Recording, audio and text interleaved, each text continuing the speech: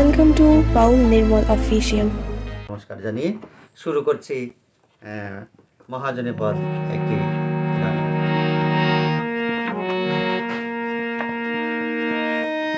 শতপুত্রের বাবা হয়ে গেছে হাবা, শতপুত্রের বাবা হয়ে গেছে হাবা,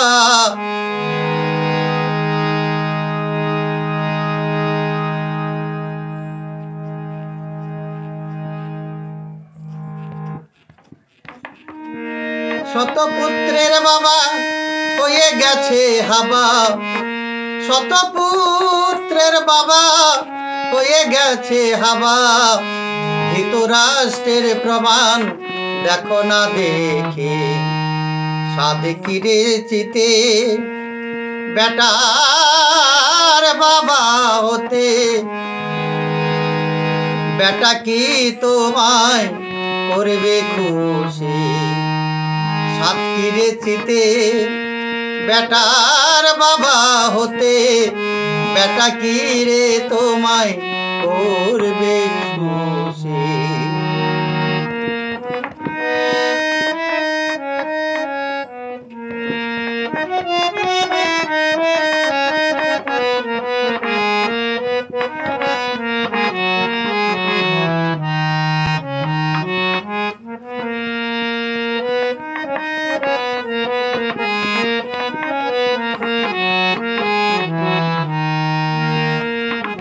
থাকতে চারি পুত্র দশরথ রাজা, বাসি মারা হয়ে ঘৃতে হলো ভাজা। থাকতে চার পুত্র দশরথ রাজা, বাসি মারা হয়ে ঘৃতে হলো ভাজা।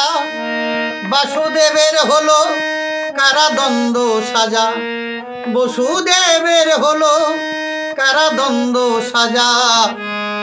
যাহার পুত্র কৃষ্ণ কমলাকে, সাদেকিরে শীতে বেটার বাবা হতে, বেটা কি রে তোমায় করবে খুশি, সাদেকিরে শীতে।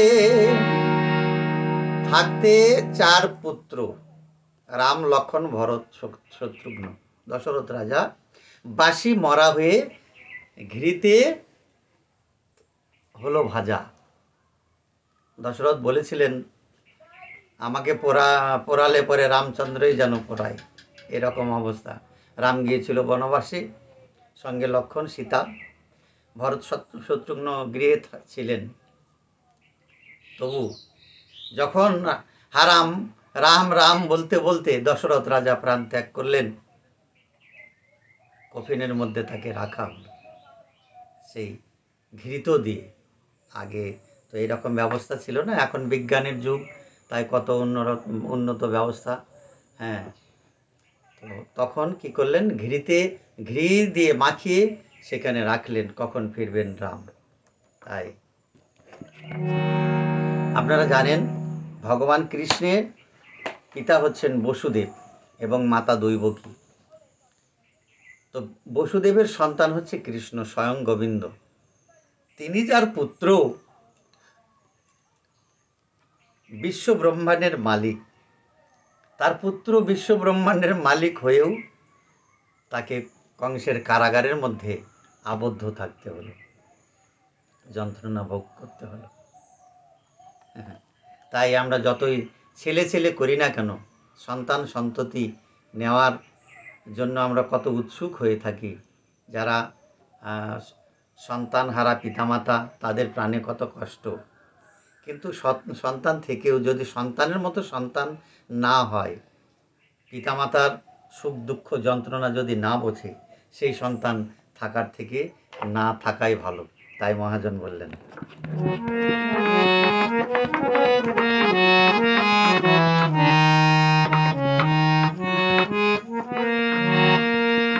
এক লক্ষ পুত্র সোয়া লক্ষ নাতি,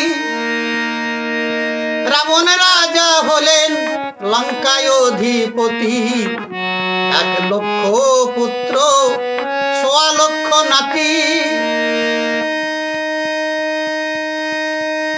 রাবণ রাজা হলেন লঙ্কাধিপতি, বংশে দিতে রাম না রাখিল বাতি, রামায়ণের প্রমাণ দেখ না দেখি। 1,00,000 পুত্র, যার 1,00,000 নাতি, তিনি হলেন রাক্ষস রাজ রাবণ, লঙ্কাধিপতি। লঙ্কার অধিপতি হচ্ছেন রাবণ, স্বর্ণ লঙ্কায় তার বাস। কিন্তু যখন সীতা হরণ করলেন রাবণ, নিয়ে গিয়ে রাখলেন অশোক কাননে, এক এক করে 1,00,000 পুত্র রাবণের সঙ্গে রামের সঙ্গে রণে মারা গেলেন। 1,00,000 নাতি তার সব নিধন হলেন রামের সঙ্গে যুদ্ধ করতে গিয়ে। তাহলে রাবণ হচ্ছে ত্রিকালদর্শী, বর্তমান ভূত ভবিষ্যৎ সব তার নখদর্পণে। তিনি ত্রিভুবনের মালিক, স্বর্গমর্ত পাতাল জয় করেছিলেন। তিনি রাক্ষসের রাজ রাবণ। এত কিছু করবার পরও সন্তান তার মুখে আগুন দিতে পারলেন না। তাহলে কপালের লিখন কেউ খণ্ডাতে পারে না, যতই সন্তান সন্ততি থাক। তাই বলল 1,00,000 পুত্র যার 1,00,000 নাতি, রাবণ রাজা হয় লঙ্কাধিপতি, বংশে দিতে রাম না রাখিল বাতি, বংশে দিতে রাম না রাখিল বাতি, রামায়ণের প্রমাণ দেখো না দেখি। সাধ কিরে শীতে বেটার বাবা হতে, বেটা কিরে তোমায় করবে খুশি। সাধ কিরে শীতে বেটার বাবা হতে, বেটা কিরে তোমায় করবে সুখী।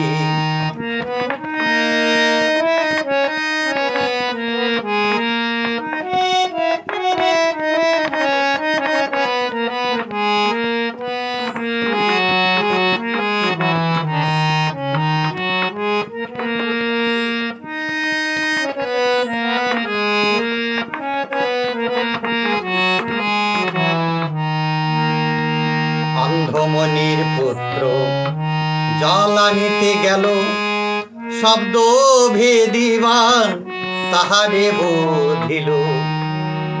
অন্ধমণি এবং সিন্ধুমণি তারা দুজনেই জন্মান্ধ। তাদের একমাত্র অবলম্বন হচ্ছে তাদের পুত্র, নাম তার শ্রাবণ। শ্রাবণ তাদের ভারেতে করে বিভিন্ন প্রান্তে ঘুরে বেড়ায়, ভিক্ষা করে, বনান্তরে থাকে, ফলমূল পেড়ে দেয়, অন্ধ মা বাবার সেবা যত্ন করে। ঘুরতে ঘুরতে এক অরণ্যের মধ্যে, গভীর অরণ্যের মধ্যে অন্ধমনে বলছে, ওরে শ্রাবণ, বড় তৃষ্ণা পেয়েছে রে, যা বাবা একটু জল নিয়ে আয়। শ্রাবণ কি করলেন?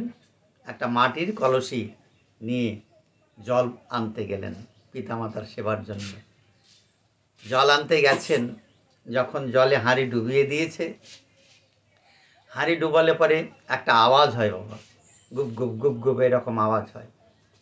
তো সেই সময় দশরথ রাজা শিকার করতে গিয়েছিলেন বনের মধ্যে। শিকার যখন করতে যান, ঘুরে ঘুরে শিকার পায় না, অনেক বেলা প্রায় অস্তাচলের দিকে প্রায়, তখন ওই জল যে খাচ্ছে হরিণ এরকম আওয়াজ আসছে।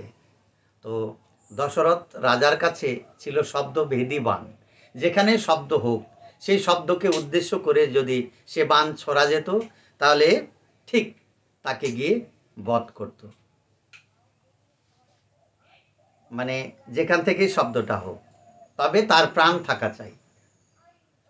যখন শ্রাবণ জল ভরছে কলসিতে, গুপ গুপ গুপ গুপ করে আওয়াজ আসছে, তখন শব্দভেদী বাণ দশরথ রাজা যখন ছেড়ে দিলেন, গিয়ে কলসিকে না লেগে লাগলো শ্রাবণের বুকে।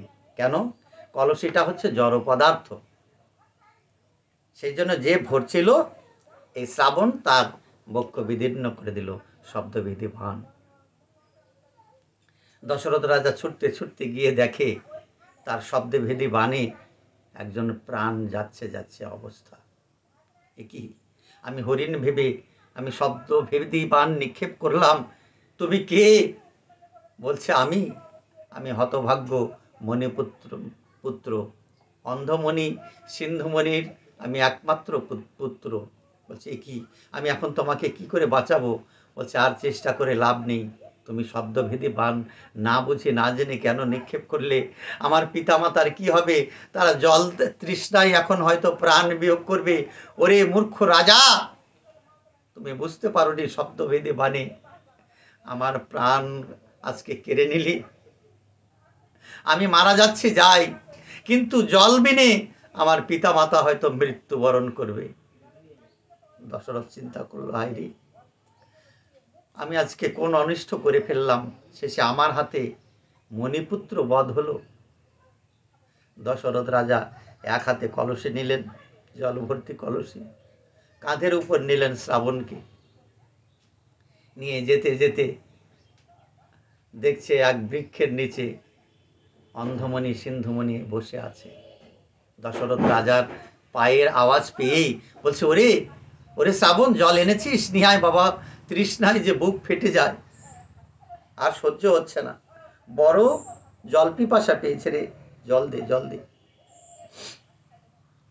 দশরথ রাজা এক পা দুপা করে এসে সম্মুখে দাঁড়ালেন, বললে দে জল দে। দশরথ রাজা নীরব হয়ে রইলেন। বলছে এ কি সর্বনাশ করলাম আমি, যারা অন্ধ তাদের মুখে অন্ন জল যে তুলে দেবে তাকে আমি পৃথিবী থেকে সরিয়ে দিলাম, আমার শব্দভেদী বাণী। হায়রে অদৃষ্ট, আমি মণিপুত্র হরণ করলাম, এখন অন্ধমণি সিন্ধুমণিকে আমি কি জবাব দেব? অনেকক্ষণ থেকে কথা বলছে না জন্য, তুই তো শ্রাবণ নয়। অন্ধমণি বললেন, তুই শ্রাবণ নয়, কে তুই বল? আমার শ্রাবণ কোথায়? জল আনতে গেছে যে, বড় তৃষ্ণা পেয়েছে, তুই কি তাকে দেখেছিস? দশরথ রাজা কাঁধ থেকে শ্রাবণের মৃতদেহটা মাটিতে যখন রাখলেন, রেখে বলছেন, আমি অযোধ্যার রাজা দশরথ। দশরথ, তুমি কেন এখানে? বলছে, মণিবর, আমাকে মার্জনা করবেন, আমি হরিণ ভেবে শব্দভেদী বাণে শ্রাবণকে নিধন করেছি। কি নিধন করেছিস? ওরে মূর্খ, আমাদের অন্ধের যে একমাত্র জ্যোষ্ঠী, একমাত্র আমাদের অবলম্বন ছিল শ্রাবণ, তাকে তুই কেড়ে নিলি। বলছে, আমি তোমাদের জন্য জল এনেছি, জল পান করব না, এই জল তৃষ্ণা নিয়ে আমরা প্রাণে মারা যাব। অন্ধমণি এবং সিন্ধুমণি বলে উঠলেন, আমরা যেই রকম পুত্র শোকে প্রাণ বিসর্জন করলাম, অভিশাপ করছি তোমারও পুত্র শোকে প্রাণ বিয়োগ হবে। দশরথ রাজা হেসে উঠলেন, বলছেন, এ কি, যার কোনো সন্তান সন্ততি নেই তাকে এমন অভিসম্পাত করলে? ও, তোমার সন্তান সন্ততি নেই, ঠিক আছে, আমি বলছি, চারি অংশে তুমি পুত্রিষ্টি যজ্ঞ করবে, সেই যজ্ঞ থেকে চরু উঠলে সেই চরু তুমি রানীদের খাওয়াবে, চারি অংশে ভগবান তোমার গৃহে আসবে। আর তোমার এই সন্তান বিয়োগের ব্যথায় পুত্র শোকে তোমার প্রাণ বিসর্জন হবে। বলে দুজন প্রাণ রাখলেন। তাহলে দেখুন, একমাত্র অন্ধের জ্যোষ্ঠী ছিল শ্রাবণ, অন্ধমণি এবং সিন্ধুমণির শব্দভেদী বাণী, তাকে মরতে হল। তাহলে সন্তান থেকে কি লাভ হলো? তাই বললেন, অন্ধমণির পুত্র জ্বালানিতে গেল শব্দভেদী বাণে, তাহারে বোধিল, অন্ধ জল জল বলে প্রাণেতে মরিল। অন্ধ সিন্ধু জল জল বলে প্রাণেতে মরিল, তাহার চাইতে দুঃখে আর থাকে কে? সাতকিরে চিতে বেটার বাবা হতে, বেটা কিরে তোমায় করবে সুখী। সাধ কি রে চিতে বেটার বাবা হতে, বেটা কি রে তোমায় করবে খুশি।